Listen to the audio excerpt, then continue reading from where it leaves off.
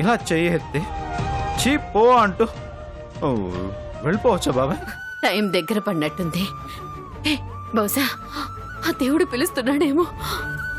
ఏ అమ్మా ఇవి మనవే కదా, ఒక టెంటే ఏమవుతుంది? ఈ మనే కాదమ్మా, అమ్ముకోటానికి సేడి దగ్గర నుంచి తెచ్చుకున్నాం.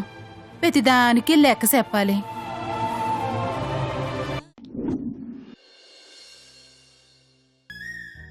తండ్రి తన కూతురికి అన్ని తానే ఈ ప్రపంచాన్ని చూపిస్తాడు.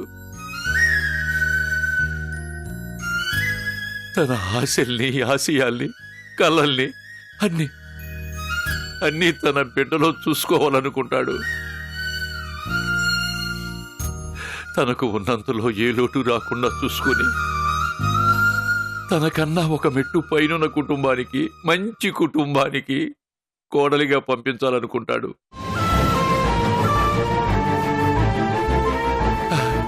ఇది ఒక ఉన్నత కుటుంబం తండ్రి ఆలోచన, ఒక మధ్యతరగతి కుటుంబ తండ్రి ఆశ, ఒక పేద కుటుంబ తండ్రి ఆశయం. కానీ నేను కన్న కూతురు పెళ్లి కళ్ళ ముందే ఆగిపోతే చావటానికి కూడా అదృష్టం లేని దురదృష్టవంతుడమ్మా, దురదృష్టవంతుణ్ణి. ఊరుకోండి మావయ్య గారు, ఊరుకోండి. కష్టానికి కూడా మీ మీద విసుగొచ్చి ఏదో ఒక రోజు మనల్ని వదిలి వెళ్ళిపోతుంది. అప్పటి వరకు మనం ఎదురు చూడక తప్పదు. పొద్దున్నుంచి పచ్చి మంచినీళ్ళు కూడా ముట్టలేదు. కొంచెం అన్నం తీసుకొస్తానుండండి.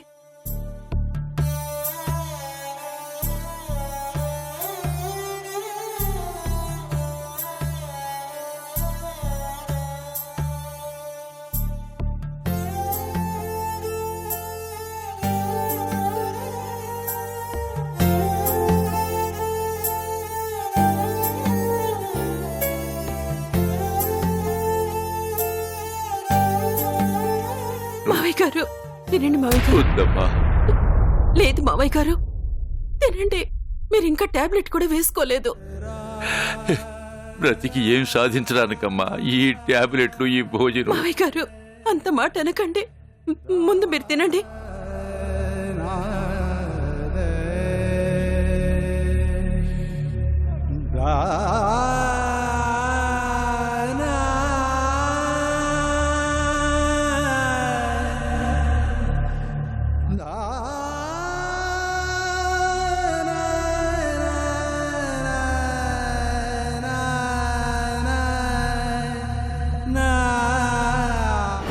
వద్దు.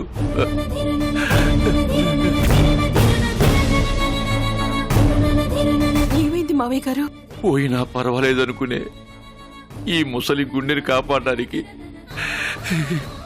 నువ్వు ఇంతలా తాపత్రయం పడుతున్నావు. కానీ అందరినీ వదులుకొని మనందరినీ వదిలి వెళ్ళిన మీనాక్షిని ఎవరు చూసుకుంటారమ్మా? దాన్ని ఎవరు చూసుకుంటారమ్మా? దాన్ని ఎవరు చూసుకుంటారు?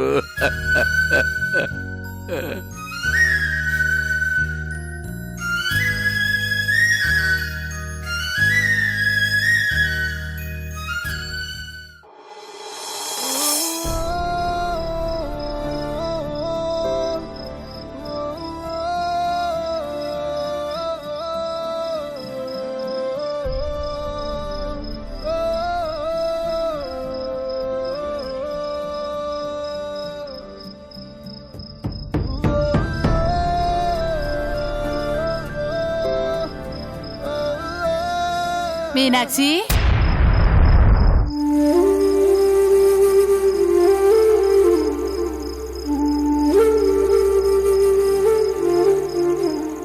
గుడిసంతా కొంచెం మట్టి మట్టిగా ఉన్నట్టుంది.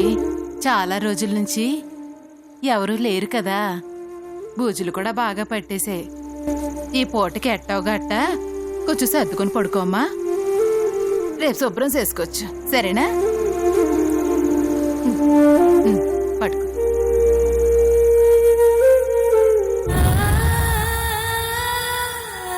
ఎప్పుడో పొద్దున్నుండేనమ్మా. అన్నం కొంచెం మెత్తబడిపోయింది. పైగా పచ్చడి కదా, నువ్వు తినలేవు. అందుకే ఇదిగో నీకోసం ఈ పండ్లు తెచ్చాను, తినమ్మా. వద్దండి, నాకు ఆకలిగా లేదు, మీరు తీసుకెళ్ళండి. ఆకలిగా లేదని కాదమ్మా, తినే పరిస్థితిలో లేను అని చెప్పు, అర్థం చేసుకోగలను. కానీ తినాలమ్మా.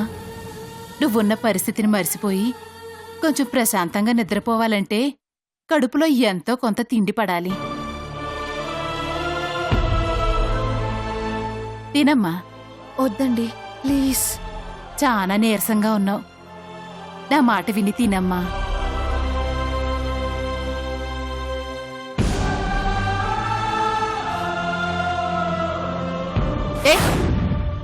ఎన్నిసార్లు చెప్పానే ఇవి మనం తినడానికి కాదు అమ్ముకోవడానికని. దుర్గా గారు. గారా? గారుగిరి ఏంటమ్మా, బలిదానివే. ఏదో గొప్పోళ్ళని పిలిచినట్టు ఎంచక్క అక్క అని పిలు, బోలెడంత ప్రేమ కనిపిస్తుంది. అక్క, ఇలా అంటున్నానని మరోలా అనుకోకండి.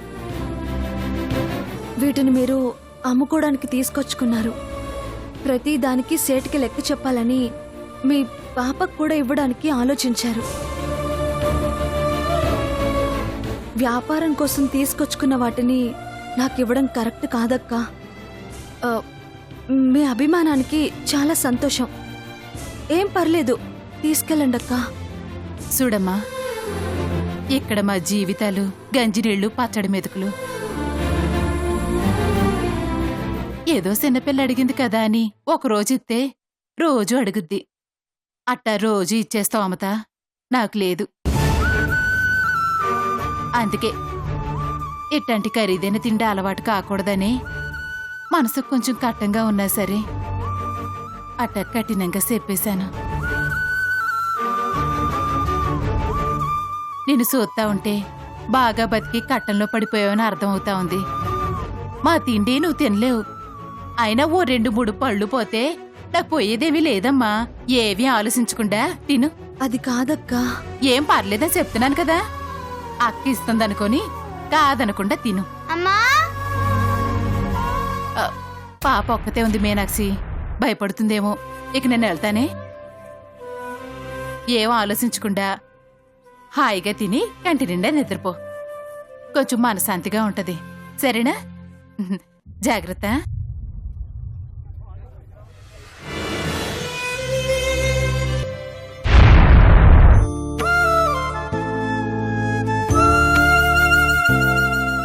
అడిగితే నువ్వేమనుకుంటావో సమాధానం చెప్తావో లేదోనని అడగలేదు. ఆ ఫోటో ఎవరిదమ్మా? అవమానాలు ఎదురైనప్పుడు ఓదార్చి, భయపడుతున్నప్పుడు ధైర్యాన్ని చెప్పి, నేను నిలబడగలను, గెలవగలను అని ప్రతి క్షణం నా మీద నాకు నమ్మకాన్ని నింపిన తండ్రి లాంటి దేవుడు. ప్రస్తుతం ఈ దేవుడు ఆ దేవుళ్ళో కలిసిపోయాడు. కానీ ఆయనిచ్చిన ధైర్యం మాత్రం ఇంకా బతికే ఉంది.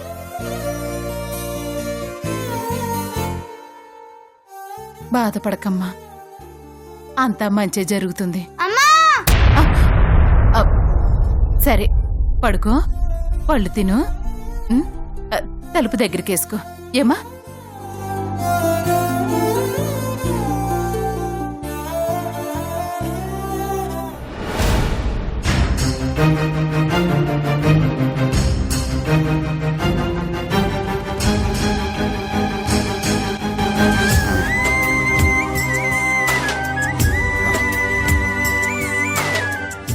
మీనాక్షి,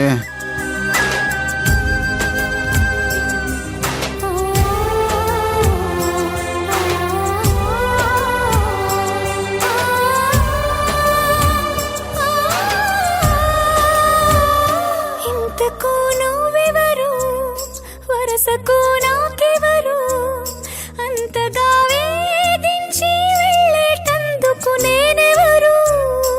నేను కోరుకున్న అబ్బాయి నా జీవితంలోకి రాలేదు, కానీ మనం ఒకరి జీవితంలోకి ఒకరొచ్చాం. వినిపిస్తే నీ స్వరము, కళ్ళల్లో నేనంటే ప్రాణమైన నా మీనాక్షితో సంతోషంగా జీవితాన్ని పంచుకోవడం కోసం నాకు బతకాలనుంది. నువ్వెవరు వరసకు నాకెవరు అంతగా వేధించి వెళ్ళేటందుకు నేనెవరు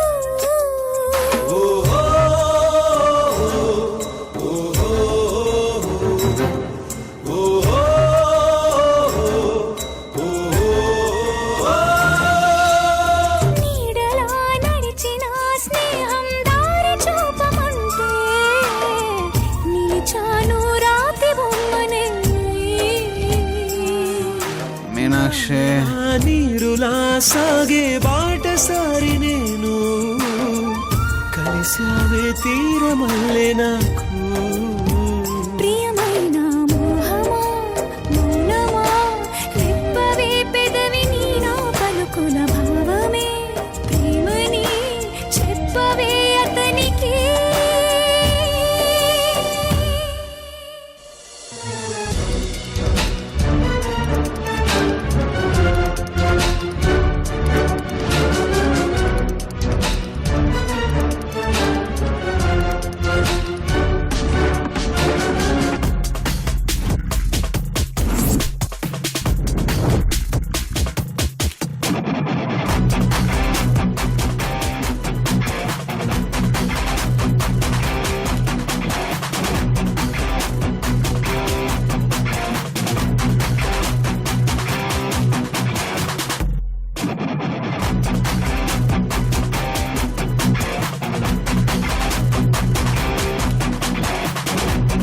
అవి ఎంత అర్జెంట్గా రమ్మన్నావు?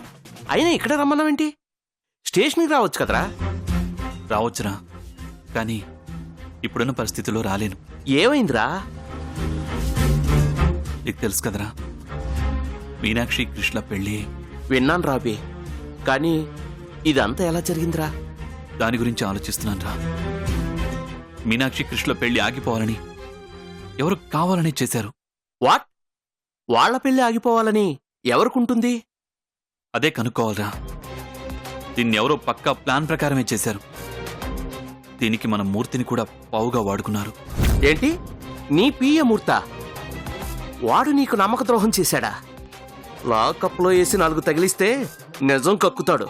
లేదు, వాడినెవరో కావాలనే వాడుకున్నారు. కానీ వాడు ఇప్పుడు ఎక్కడున్నాడో తెలియడం లేదు. పెళ్లి తర్వాత మూర్తి మిస్ అయిపోయాడు. వాడు ఎక్కడున్నాడో తెలిస్తే కానీ దీని వెనక ఎవడున్నాడని తెలుస్తుంది. నువ్వు మూర్తికి కాల్ చేసావా? చేశాన్రా, రింగ్ అయింది, కానీ తర్వాత స్విచ్ ఆఫ్ అని వచ్చింది. అందుకే నీ హెల్ప్ కోసం ఫోన్ చేశాను. షూర్ అభి, నా నుంచి నీకు ఎటువంటి హెల్ప్ కావాలన్నా చేస్తాను. Thanks sir. గణేష్, ఆ మూర్తి ఫోను ఏ ఏరియాలో అయితే రింగ్ అయ్యి స్విచ్ ఆఫ్ అయిందో ఆ ఏరియా నువ్వు ట్రేస్ అవుట్ చేసి చెప్పగలవా? షూర్ అభి, నువ్వు మూర్తి నెంబర్ నాకు సెండ్ చెయ్యి.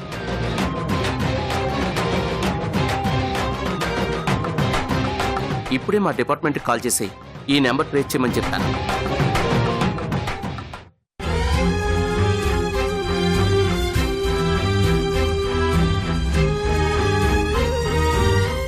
రమేష్, నేను నీకో నెంబర్ SMS చేశాను.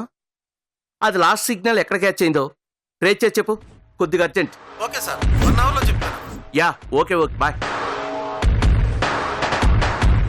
అవి ఇంకో 1 అవర్లో ఆ ఫోన్ ఎక్కడుందో తెలుస్తుంది.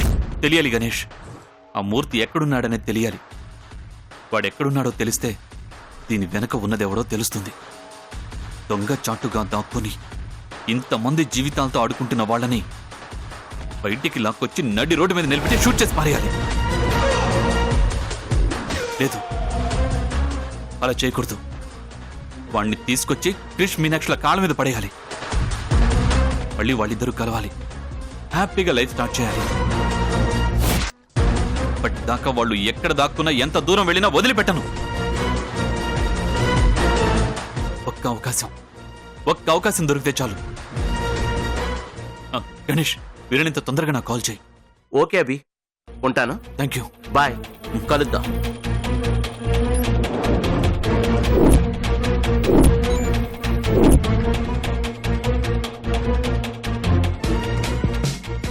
ఒక్క ఛాన్స్.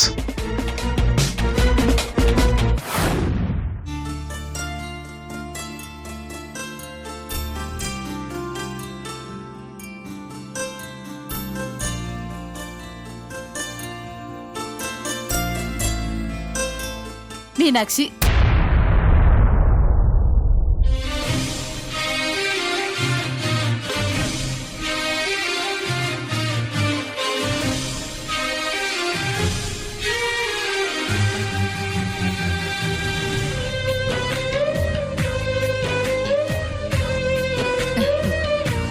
ఏంటి మీనాక్షి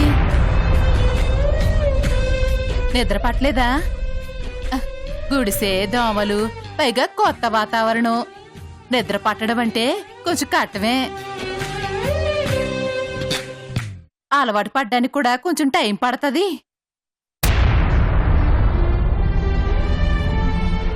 అరే అదేంటి మీనాక్షి యాపిల్ కాయలు కూడా తినలేదా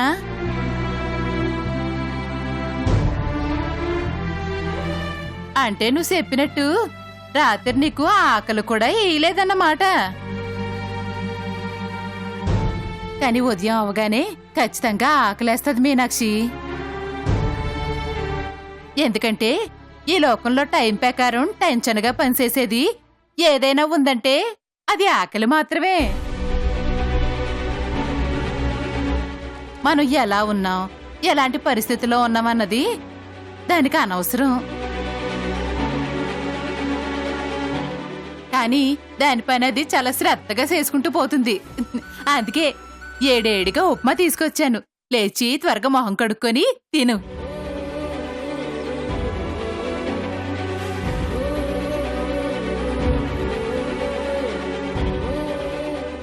మీనాక్షి నేను కాయలు అమ్ముకోవడానికి పోతున్నాను వచ్చేసరికి రాత్రి అయిపోతుంది నువ్వు వంట చేసుకోవడానికి సామాన్లు తెచ్చాను ఎంచక్కా మధ్యాహ్నం అన్నం వండుకొని ప్రశాంతంగా తిను సరేనా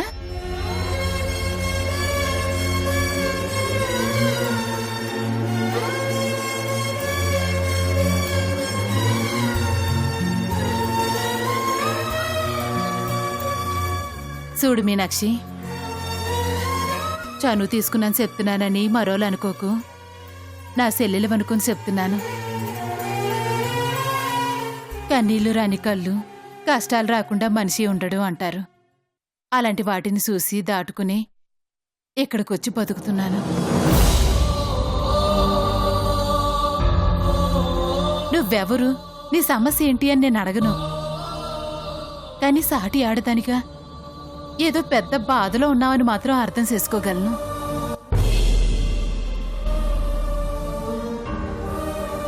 చూడు మీనాక్షి ఇలా తిండి తినకుండా నిద్రపోకుండా బాధపడుతూ కూర్చుంటే ఆ బాధ ఇంకా ఎక్కువ అవుతుందే తప్ప ఎలాంటి ప్రయోజనం ఉండదు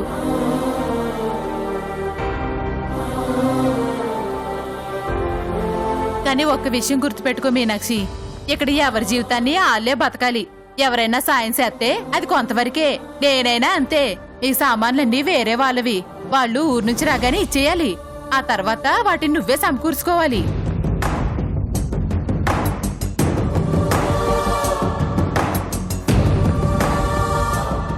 అలా సమకూర్చుకోవాలన్నా తిరిగి బతకాలన్నా ముందు నువ్వు లేవాలి గుండె తిట్టూసేసుకుని ఏం చేయాలని నీకు నువ్వే నిర్ణయించుకోవాలి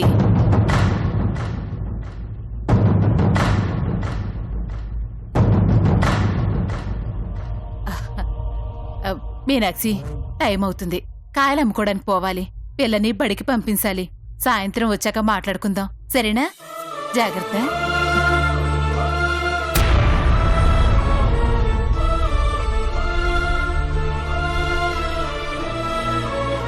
జీవితంలో మోసపోయి 3 నెలల పాపతో రైల్వే స్టేషన్లో కూర్చున్నాను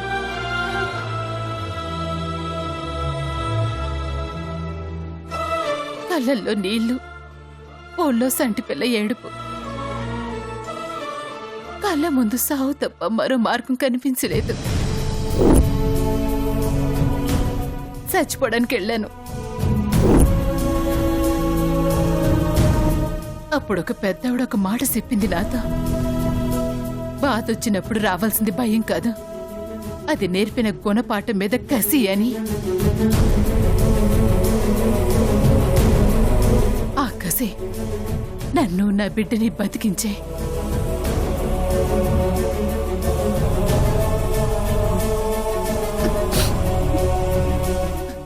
సరే గాని మొహం కడుక్కుని ఉప్మా తిను. ఆలస్యం అయిపోతే చల్లారిపోద్ది. సరేనా?